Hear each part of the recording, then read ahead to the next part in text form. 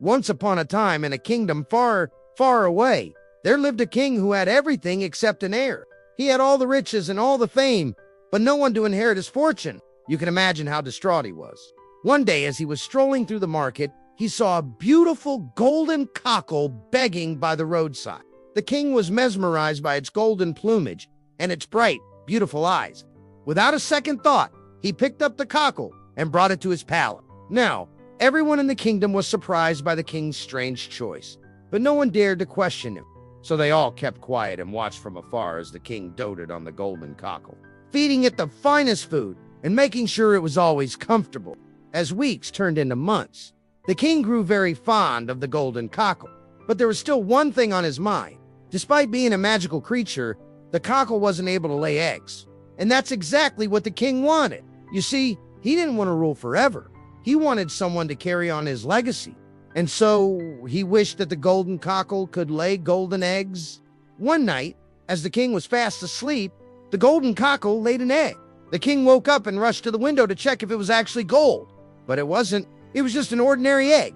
Disappointed, the king threw the egg out of the window and went back to bed. But as the first rays of sunlight hit the egg, it started to glow. And when the king came to check, he found that it had turned into a beautiful baby girl. Overjoyed, he picked her up and named her Golden Cockle. And from that day on, the princess was given the finest clothes and the best tutors, so she could become a fine young lady. As the years passed by, Princess Golden Cockerel grew up into a kind and beautiful young woman. She learned all the royal manners and how to take care of her people. She was loved by everyone in the kingdom, including her father, the king. But one day, as the princess was taking a walk in the palace garden, she saw an old, ugly duck sitting on a nearby tree. She was about to walk away when she heard the duck quacking sadly. Unable to resist, she sat down on a nearby bench to ask the duck why it was so sad. The duck replied, "I'm not a duck, but a beautiful swan. This is a magic spell cast on me by an evil witch, and only a kiss of true love can break the spell."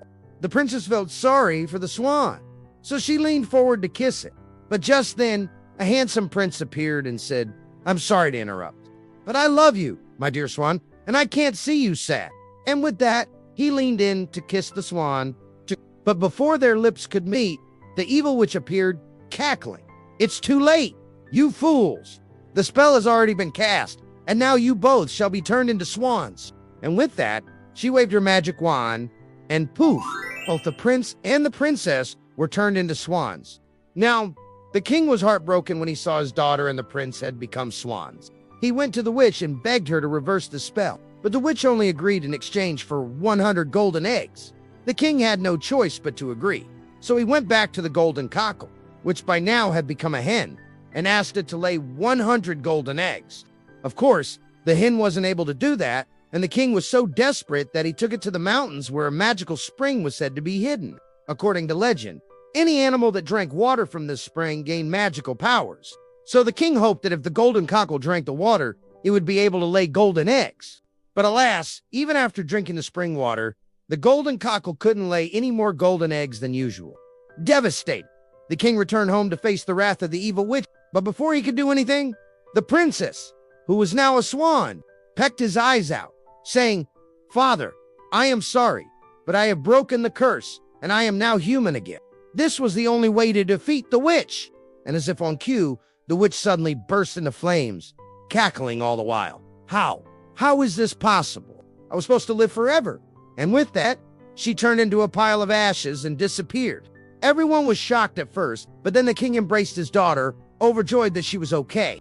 He also apologized for turning her into a swan and promised to never, ever do it again. And so they all lived happily ever after. Yeah, more of the story.